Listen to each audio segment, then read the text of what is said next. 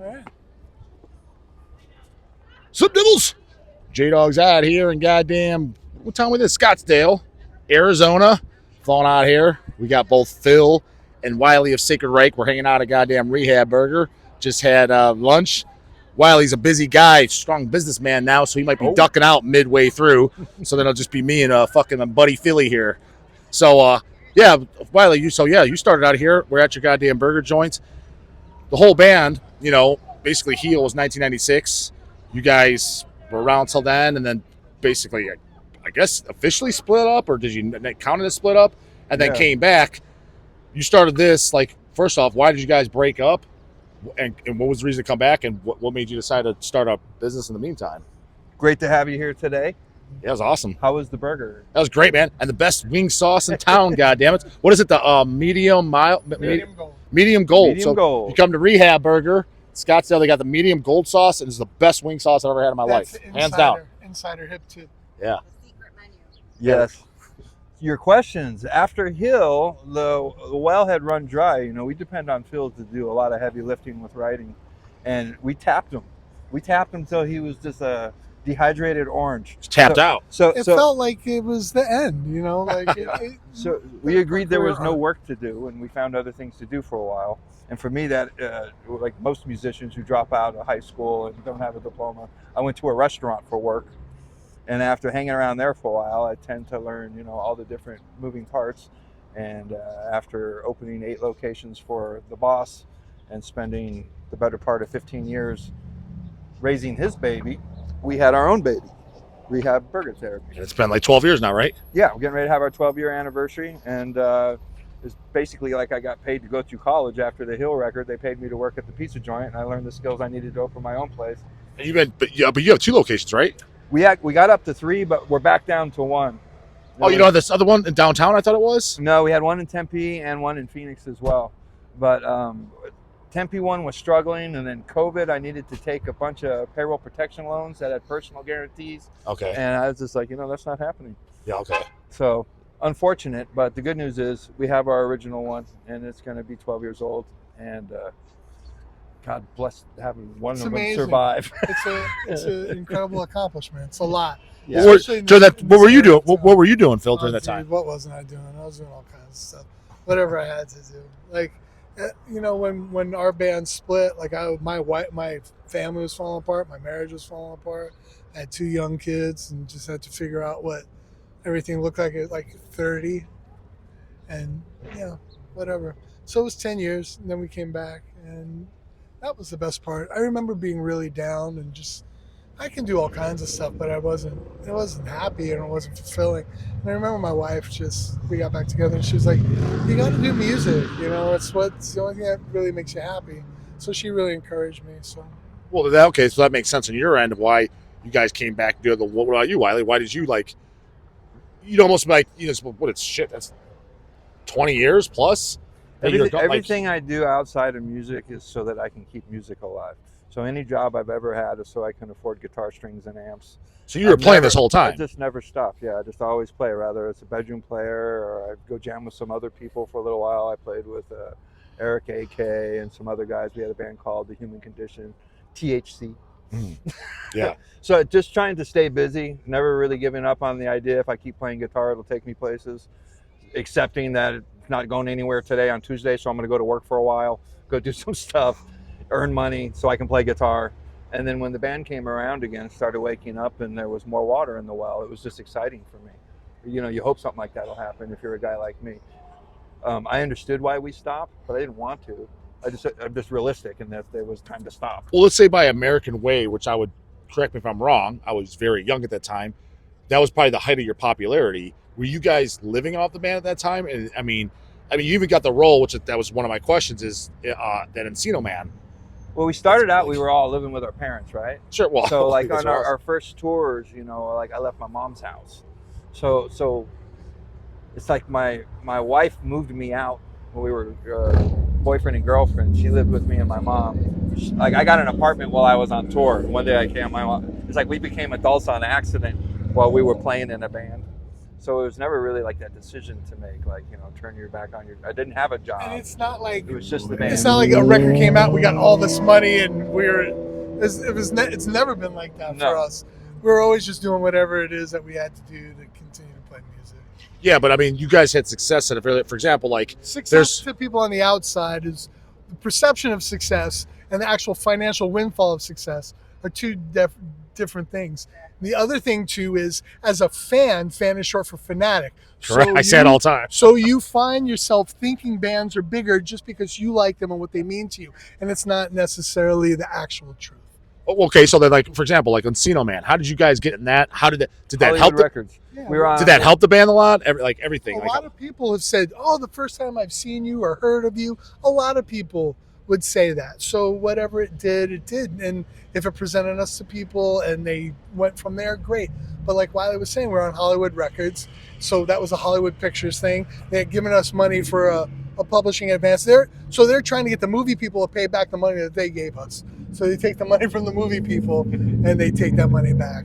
So this is like a lot of the things. So there was another movie called Then and Now, I think. I don't know that one. No. It's the program, several Hollywood Pictures films that they took our songs, put them in the films to pay back the advance that they will never, ever recoup. So they did. Well, like, say something, for example, like, pretty sure it's official release. It could even be a bootleg release. There's that where you play an open air festival CD, which I own. Dynamo.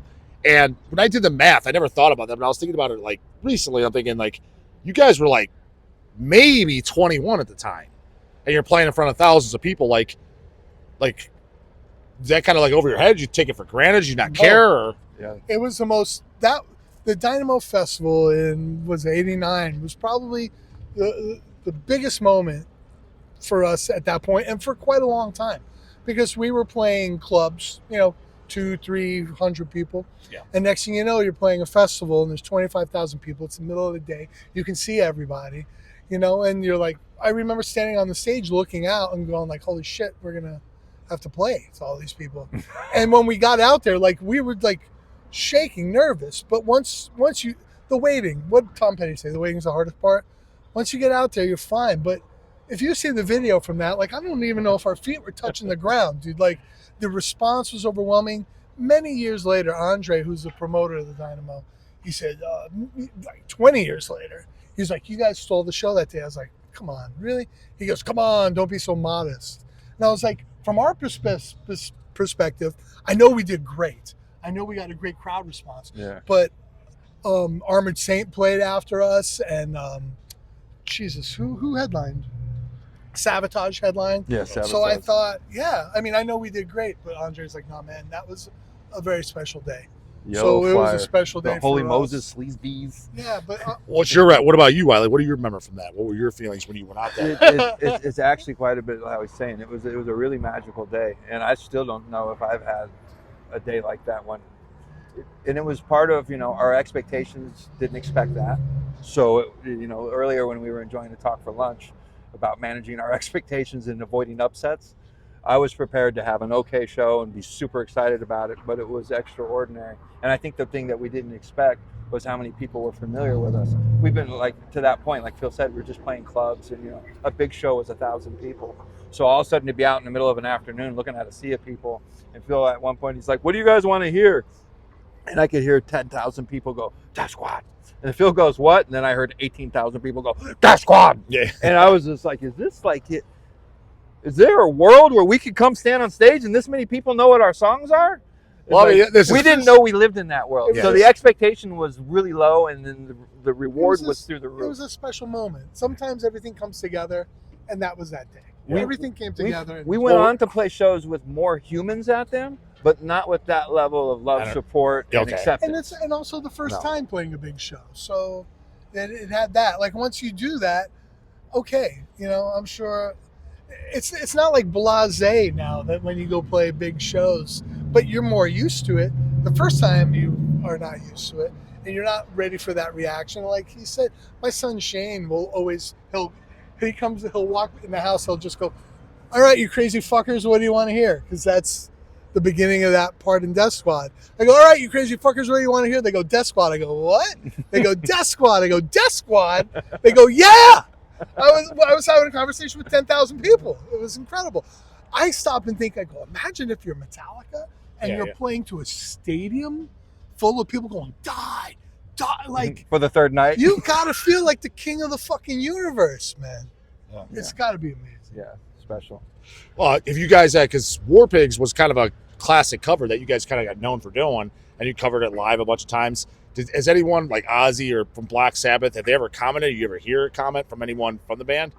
I've not. Not in the band, no. So they didn't give a fuck, huh? Ozzy didn't hear it, huh? I don't know. I think I think Geezer's probably heard it. Okay. You know, but like what? We didn't do it thinking that Black No, I know, Sabbath- but I'm just saying it's just for what, because tons of people cover Black Sabbath, but Sure. you know, it seemed like almost like people almost recognize it as one of your guys' almost originals in a sense, the way that you I did it. mean, we recorded that in 1988 and played it for every show, Right. every night for 30 years. You know, like it becomes a thing. Now I gotta ask too, because people like 31 Flavors. Was that like total like, hey, we're just gonna fuck around, maybe piss a few people off? Or were you like writing this like, man, I got a banger? Like, what was your guys' fake? Because obviously, I could take it as a kid. It's kind of like when I heard it, like, this is fucking stupid. Like, why would they even do that? We really now were it's kind of like it's kind of listening- funny, but whatever. Like, what was your? It came from a jam. We were demoing the record, and we were fucking around playing like a riff like that, and our friend Johnny just hit record. So he played it back for us, and we all thought it was funny and cool and sounded cool. And we're like, well, when we went in the studio, we kind of tried to recreate the moment. And, you know, we were touring, and I would make mixtapes that we would play before the show. And it would be like Slayer, Metallica, James Brown, you know, Creator, Sodom, Red Hot Chili Peppers. And people used to throw shit at our sound guy and get mad at him. And he would say, talk to Phil. He's the one who made the tape. So, like, I grew up listening to R&B and all kinds of stuff, and I like all kinds It of really music. was a put off to find our people, metalheads. We're so close-minded about other music. So, I mean, the message about listening, trying other flavors, it's okay. Don't just be a metal. That was real for us. Yeah. That's a conversation we'd have on the tour bus. You know, I didn't come from strictly metal background. So it was like a message. It was real for us. Like, it was a fun thing that we tried. it It was was a real definitely- message that was real in our life. It was all about the message. Yeah. Because we had no business doing that and putting that on that record. Yeah. In retrospect, I would not do that again. I'm glad we did. Yeah. I think it's cool. Yeah. It's there. It's there forever. If I had to redo that record or go back in that time, I would say let's just keep that off to the side as like a B-side or something else. Because I'm not comfortable listening to me singing that thing. I loved having a horn section. It was incredible. Like, there were a lot of amazing things about that, but we wouldn't I play like it. the lyrics. I like the way you sang it. That song is really about the message. So for me, it's also a lesson too. Guess what? A message isn't enough. You gotta have- Well, you mentioned X prior to that, like you mentioned bands like Sodom and Creator and shit like that, and especially on Ignorance and the Draining of Life '86 demo, you guys have like, it's not like that traditional like, you know, party thrash, upbeat thrash. It's kind of almost has like a death thrash. I'm not gonna say as obscure as or as dirty as something like Slaughterlord demos from Australia or anything like that, but a little bit more of a crude touch as opposed to like Megadeth or Metallica, where you got brutal. That's what I mean. So yeah, I think it's a little bit more brutal than the traditional thrash. Were you guys a fan of any like the death thrash or death metal bands at the time, like Possessed? Anything? I like Possess. Yeah. Or like more? Did you like any like Morbid Angel or anything? I was never really into death metal. Venom. I At think all. you listened to some Venom. Yeah, but I mean, like Chronos early days. stuff. You know, obviously at that time you had to be into Venom because that's what was around. You know, and they were awesome. But no, Like, when was the last time you listened to a Venom record? 10 years ago. Okay, so it's semi recently, not recently, but Yeah. And like Venom, I appreciated Venom. They were never my favorite band, but like the shtick around Venom was always kind of fun and cool. And at that time, you think it's real. When sure, you- yeah. you like Slayer, that's real. Yeah. You know, before you get a little older. But that, like, for me, I was really into Slayer, like Slayer and Metallica. Those were my two bands. And then it was like I said, Corrosion, DRI, MDC, some punk rock stuff for Speed and Attitude, you know. But I remember listening to Kill 'Em All, and I was like, fuck, man. so like because you mentioned Sodom, Creator, Destruction, you didn't like any of that German scene. I love Destruction was my favorite of all the German bands. And early on, like our first time in Europe, in '88, I think it was Those guys December are of so '88. cool. We toured. It was Motorhead, Destruction, Corner, Candlemass, and us. So we got to hang out with the Destruction guys every night. We all stayed in the hotel and all Mikey hung and out. Schmear. What about you, Wiley? Because you said Phil basically got you into metal records like Rain and Blood. When you played with Destruction, were you like, this is garbage, or did you appreciate it at that time?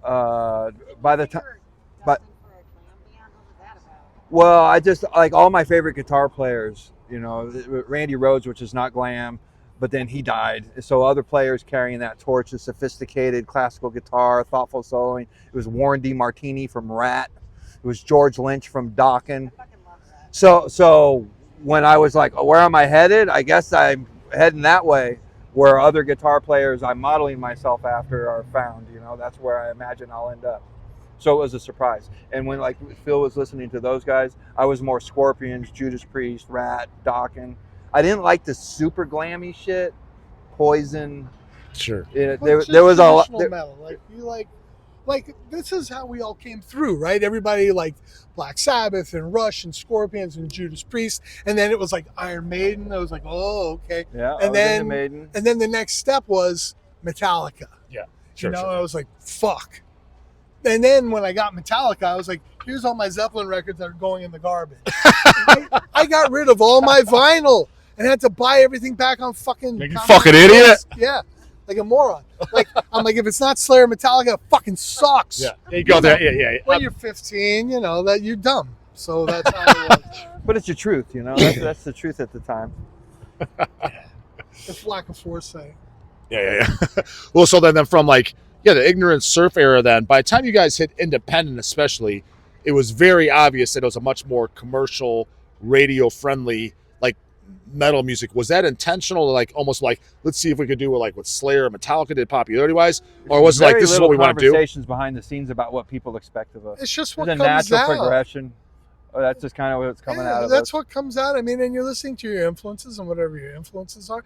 But, you know, to be honest, after we did Ignorance and stuff, like, I was, like, not impressed with playing fast anymore. I'm like, okay, we did it. Like, with my background, I love the slowdown. From my perspective, all I ever really cared about was making the greatest songs, whatever that meant. And, like, like I said, I thought with Ignorance playing fast, okay, got it. Did it. Like, what's next? You know, some bands are okay kind of staying kind of in their lane, doing the one thing. There's nothing wrong with that. We just wanted to try different stuff. Before I take off, I just want to say, if you thought that Ignorance was brutal, wait till you hear the next fucking record. So Phil said my socks could be blowing off. He says it's more brutal than Ignorance. We don't, like, edit all this out. I want it to be a surprise when people hear it. well, it'll still be a surprise. You out here, Wiley? Yes. Yeah, Wiley's a busy man. Thank you for your time. It was a pleasure. Love you. Thank you for lunch. Nice to meet you behind the camera. Yeah. We had an hour and a half talk at the table. That was amazing, too. But this is good. Business is booming in there. There's nowhere to do it in there. Yeah, we had to leave so you could use the table. The table to some hungry bellies. Yep. Exactly. So visit. Super enjoyed hanging out with you guys. Yeah, it's awesome. And, thanks to your viewers for hanging out with us and checking out this thing. And put it in Phil's very capable hands to carry you guys home. Yeah, and then you can see it on the tube. I look forward to that. All right, Great thanks, to meet Wiley. you guys. Have a great afternoon. So I heard a rumor, Phil. I don't know if this is true or not. One of my favorite songs, No Believers. I heard you guys don't like to play that because that's not your stance no more. You're embarrassed by that. Is that I don't know if that's true or not. True or false? So when Wiley joined the band, Wiley was jamming with some dudes and they were born again Christian. Okay. So Wiley joined the band. He's like, look, I'm not playing No Believers. I'm like, you can't join the band until you're not playing one of those songs. But I will promise you that I won't write any more songs like that. So I think that's great. Get off your knees. There's no God in heaven. I was like, that's awesome. Well, yeah, I mean, that's a line from an MDC song. Okay. There's no God in heaven, so get off your knees. So I ripped that reverse off. it. Yeah. But now I'm not Christian, but I don't want to be disrespectful to people who believe it. And if that's what you believe, I'm a big fan of Jesus. I think Jesus was a great dude. Jesus was one way, and everything that's built up around it and the power stuff and the control stuff, has nothing to do with Jesus. Well, we had to talk inside. You like everybody now. Well, I'm just saying is peaceful guy. when I became Buddhist, I thought, well, do I believe this? And what do I believe? And do I believe in what one guy who lived 2,500 years ago said? This is the same thing. If you want to be Christian, go ahead. Go ahead, be Christian. Jesus was awesome. Jesus said to help people and to love people. And if you want to live your life that way, great. Like, I don't want to judge people. So there's two sides to everything, I think, for a lot of stuff. A lot of people have very strong feelings about religion because they've been put down by religion. They've been shut out by religion. They've been judged. And there's definitely that side to it. No, and look, whatever people want to believe, go ahead. Knock yourself out. Just don't force it on me. Let's look at my goddamn list. You're next to goddamn Corpse Grinder from Cannibal Corpse. You're the only other guy that got a goddamn list. No, Everybody else was off the cuff. He's a sweetheart dude, huh? I never met that guy. Never met him? Oh, he's funny as fuck. Yeah, Yeah, I met him several times. First time I met him, I was 15. But then the only time I did an interview with him was last summer. Yeah, I drove all the way down to North Carolina just to do an interview with him. So, just hey, see, I'm, like I told you earlier, I don't really listen to death metal and stuff. Yeah. But I have a lot of admiration for that band and a lot of respect for that band. You guys have surely played with them multiple times. We played with them, it's a whole long story, years ago in Buffalo.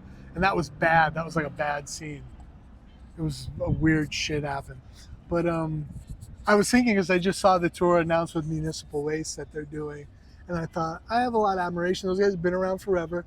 They just do their thing. They stick to it. They're very professional. They play. Their career, you can see their career arc just keep going because they stick with it. And we were talking earlier about consistency. Yeah. It's just such an important thing. And I think they're great. So, and they're one of the cornerstones of Metal Blade. We have a lot of love for Brian and Metal Blade. So, that's all. That's my Cannibal Corpse story.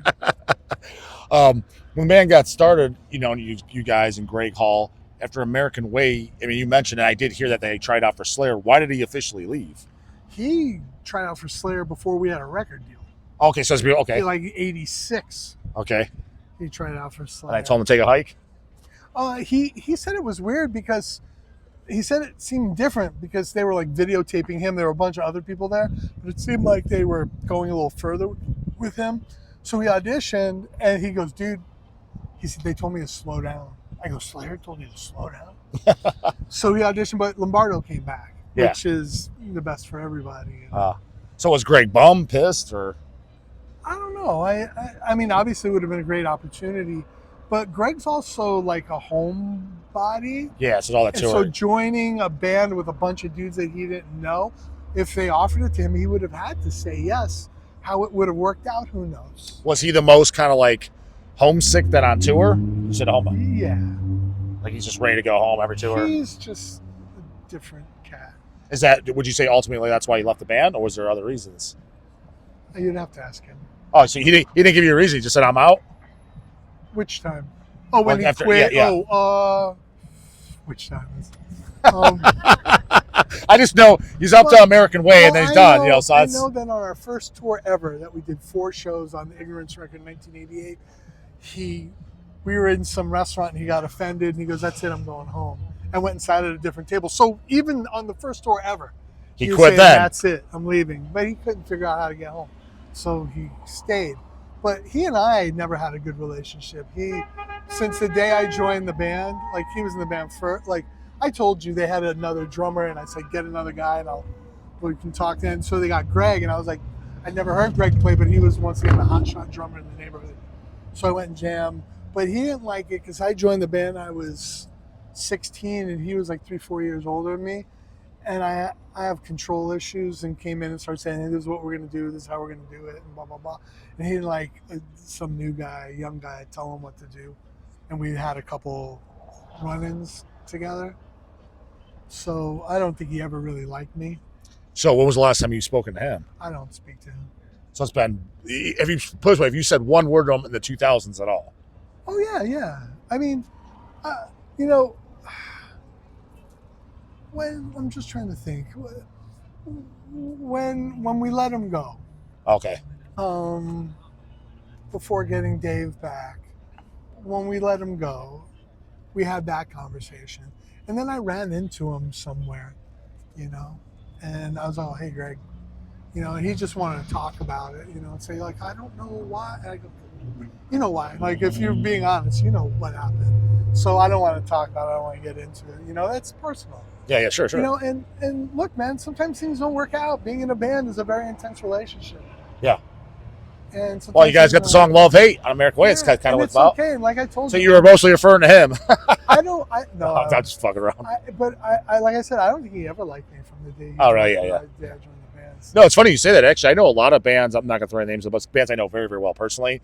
The same thing. It's like I know behind the scenes. I was like, the guys don't even like each other. I was like, I know that for a fact. Yeah, we all like each other, but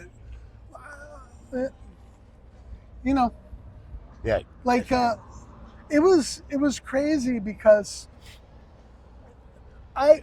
we had a band meeting and got everybody together, and like this was when we had to offer, you know, from Metal Blade for a new record, and I said, this is incredible. Like, it's the 4 original people. It never happens. Look at this incredible opportunity that we have to do something, the 4 of us, all these years later.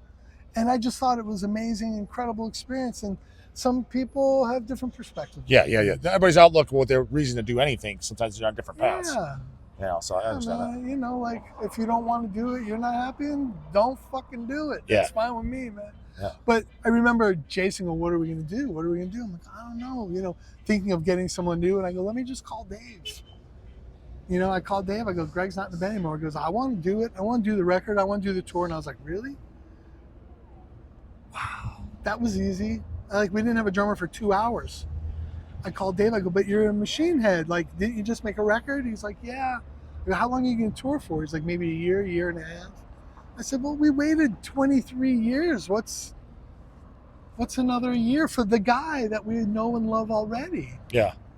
And we didn't know what was going to happen or how it was going to work. And we didn't talk about him leaving Machine Head, you know. He just was going to do it, and we were just going to figure it out. And it just all worked out. Okay.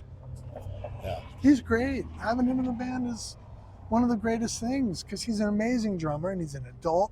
And meanwhile, in the 20 years that we were sitting around doing nothing, he was out in Machine Head touring around the world, having incredible experiences and lots of things that he could bring to our band and lots of experiences he could share with us. Right way to do things, wrong way to do things. This is what happened. This is what we did. It's great to have somebody like that. And he's a great dude and a great drummer. So we're very lucky. Yeah. Do you still like touring? Yeah. He loves playing music. He just loves playing drums.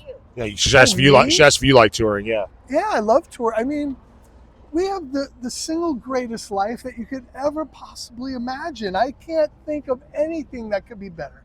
If you're a musician, you get to make music and you get to do the studio thing, which is a very intense creative process. And when you go in the studio with nothing and then you hear something come out of nothing or out of your mind and you go, wow.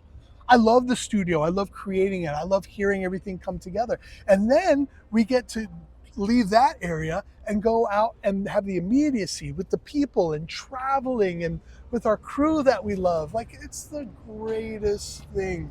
We're the most fortunate people on the planet. It just... So do you have, like, other than, let's say, that open air festival, I'm not even saying that would be it, because since we already talked about it, is there like an old show memory that really stands out, like, that was amazing? It could be even just something small. You played in front of 10 people, but for whatever reason, somebody said something.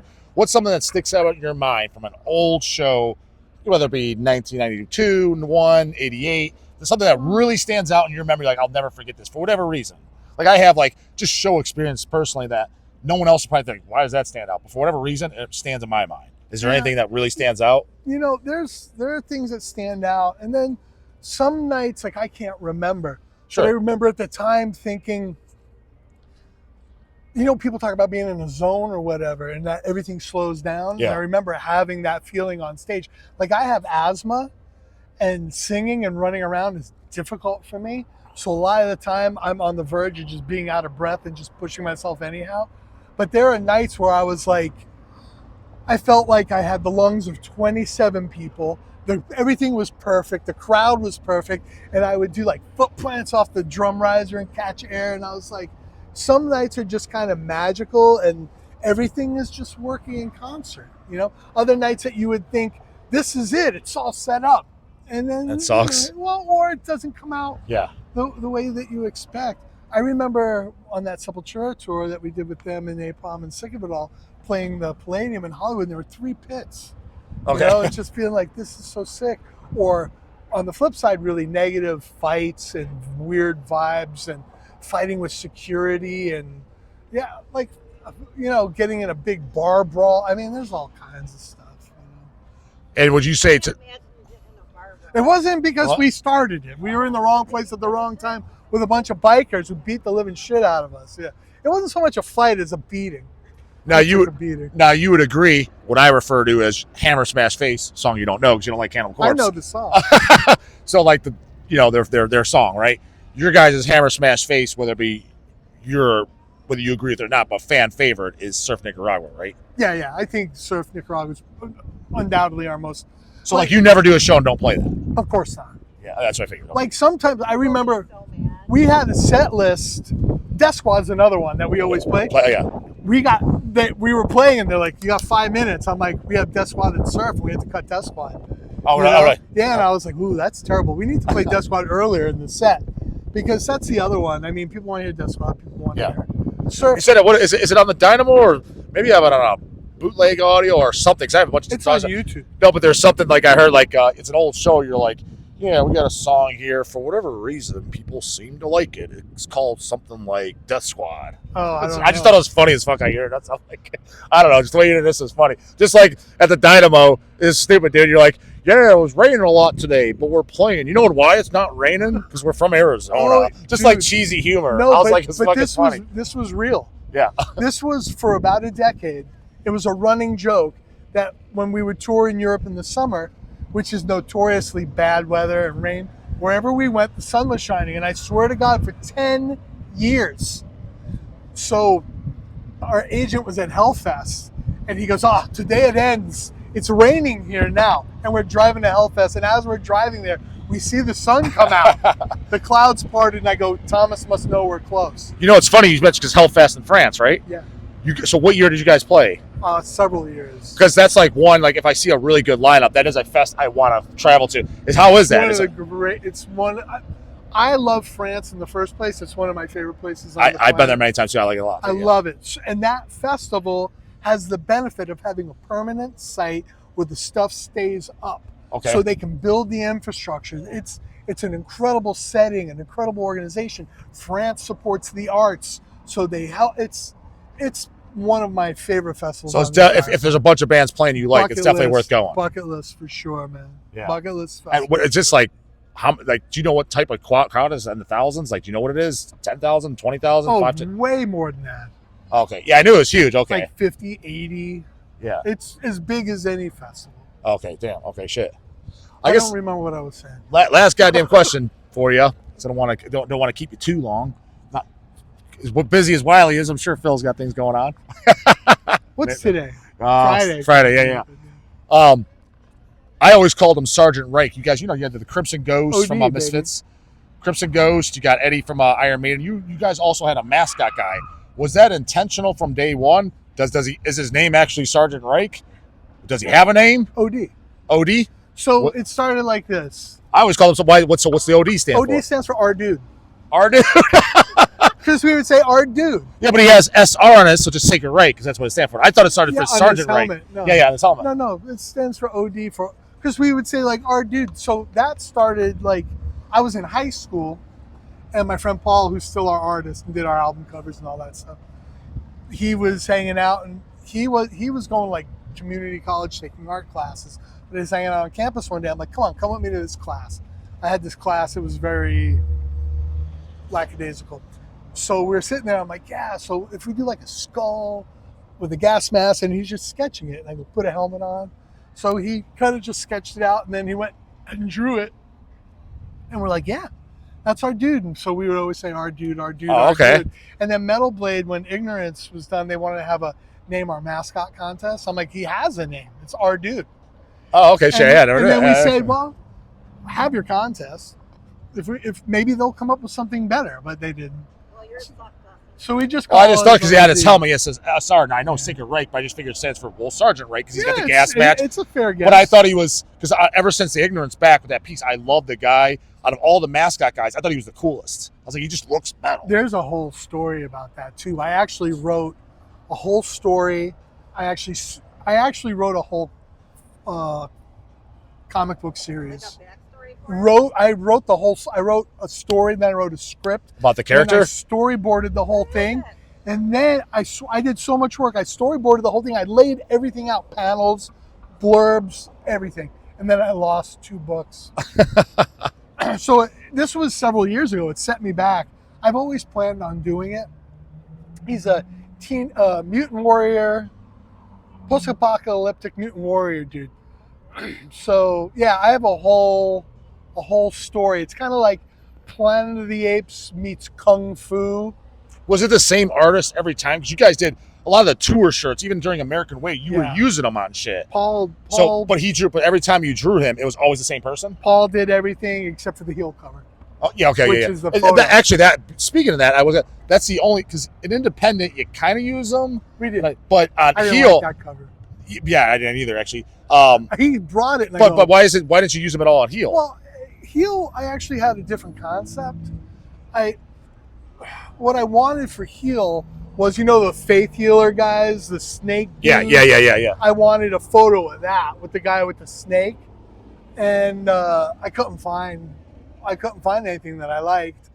And I was actually flying to California to do mastering on the record, and I was flipping through a magazine, and it had these pictures. This guy, his name is Max Aguilera Hedwig, and he was doing medical shots in operating rooms. So he had a series of these gallery prints that he was doing, and I saw that, and I'm like, that looks cool. That was with knee replacement surgery. Yeah, I knew what it was. Yeah, it is a cool cover. I just thought it was just weird. That's the only, because even your comeback record, you use, our dude again. But yeah, that's the only one you didn't use them on. I always thought that was like, wow. Yeah, and it was just like I had a different concept. And you had the font logo, which was like, what the fuck's going on? I was like, what are they doing? Actually, we're gonna reissue heel, and we're gonna put the logo. Okay, well, yeah, makes sense. Yeah. Right the wrong. Yeah. Like maybe if we reissue American Way, do we take off 31 Flavors and just? Maybe. I've always got. It's one of those songs. Like that's how the record is. Yeah, it's how the record is at this point. Keep it. Yeah. But that would be a do-over for me. You know what you guys need to do? What's that? You need to do the Draining Your Life 86 demo on vinyl. It's never come on vinyl, and it's a pretty. What is it, like 22 minutes? I think it's on vinyl. Yeah. So here, okay. I'll put in the Reich suggestion box. We'll call it the Sacred suggestion box. Sure. SS is the 1986 Draining Your Life demo.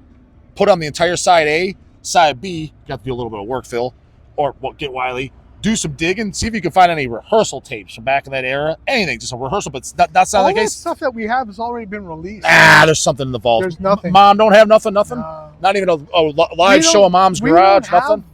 I was just saying, because put that on the B side. Whatever we have, we've used. Okay. Well then. Okay. You know what the coolest thing is though? The coolest thing that we did on the side was a cover of Rapid Fire with Rob Halford. Yeah. No. That's on a. I have this at the. That's on the box set. Yes, and I have that. Rapid Fire's on there, and the Black Sabbath Sweet Leaf. Sweet Leaf is on there. Yeah. Also, the Big Picture. Yeah, those are the bonus tracks on there, and the demo's on there too. Yeah, that's everything. But the demo's never been on. The demo's never been on 12-inch LP. So, option B, we could do two. If it fits on one side, you could put. What if we do a picture disc with the cover of the cassette? Well, I got some more. I got some Same more things on both sides. I got some more sacred suggestions. Yeah. So picture disc is cool. Vinyl, the 86 Draining Your Life. Also, too, you need to do Ignorance on picture disc. And if you need a label that does it, because Metal Blade's not interested, wink, wink, wink, wink, wink. I know one that is interested.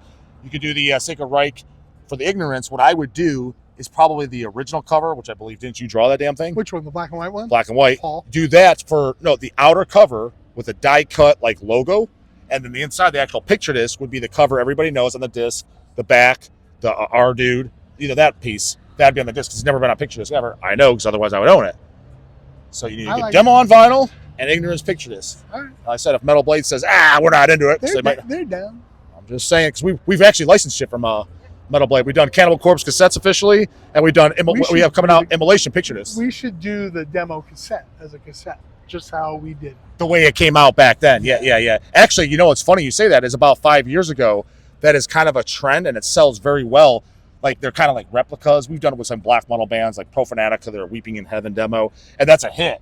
It comes out as the demo the way it looked at the time. People like that, yeah. Yeah, it's just something cool. Like, Yeah. If you like the band and you want to get cool stuff and you weren't alive in '86 or So weren't in your the current 70s, guy that's writing all this shit. He wasn't alive, right? yeah, he's amazing. We should talk about Joey. Well, that was my last kind of question for you. So anything you want to add, you can talk about him. You can advertise anything. You can talk about tours, upcoming anything you want to add. I think down the line, you know, when we do the record and stuff before the record comes out, we can talk about current, you know, It's up to you. Whatever you want to put out there and don't current goings on. I mean, right now we're just still. I had a bunch of songs written, and then Joey started coming up with stuff, and yeah, it's pretty amazing. And then the other stuff just didn't fit. Yeah. You know, it's just not good enough. And I was like, man, if I don't get a song on this record, I will be happy. Because it means that passing the torch to retired medalists. Well, it just means that we have some really incredible stuff. That's what it means. And yeah, so when the time comes.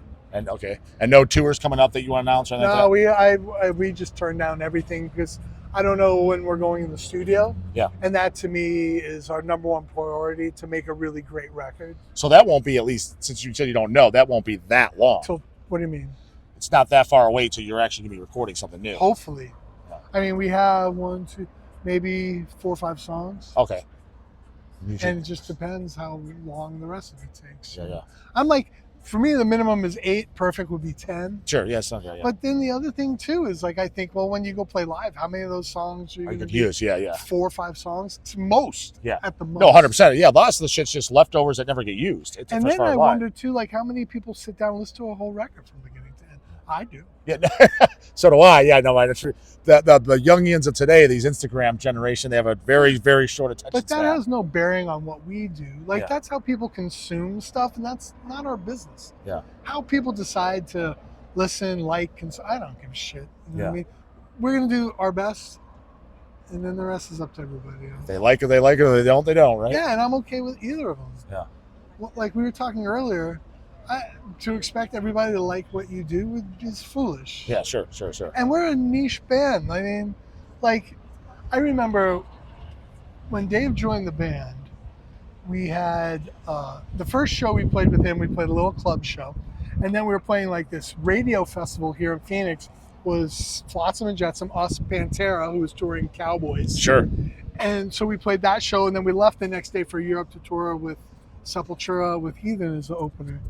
And it was the first time I really actually sat down with Phil. He used to come see us play at Joe's Garage, like in Fort Worth. It was the first time I actually sat down and met him and talked with him.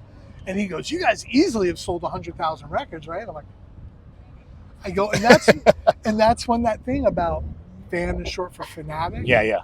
Because I'm like, the outside perception when you like a band, it's like, oh, they got to be huge. Yeah. Yeah. They're not. Yeah. Not here. Yeah. So, and big is relative too. I remember the night I was supposed to graduate high school, I went to see MDC play, and my friend was promoting the show, so they were all at his house, and I went over to his house. We were hanging out, and Dave Dichter, the singer guy, was on the phone with someone. He goes, "We're hanging out with big bands like Sacred Reich," and I thought. And he's like, "How many records you sold?" Like, "Oh, like 10,000." And to them, that was a huge number. Yeah. Like, to me, 10,000, I was like, what do I know? 10,000 is great. Yeah. No. In a Yeah. vacuum. But compared to like Metallica and Slayer, In a vacuum, 10,000. Like, to me, being a new band from Arizona, like 10,000, like, how the fuck did 10,000 people even hear of us?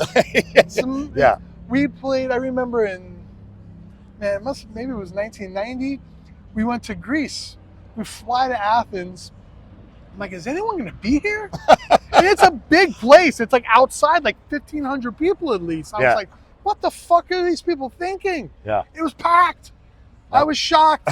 Whoa. I'm always shocked when anyone shows up. Yeah. They care? Still. Yeah. Still. Yeah. It's great. All right, Phil. Well, I won't take up any of your time. It's a pleasure meeting you. Thanks for the goddamn interview. And that's it for this one, Devils. Later, goddamn it.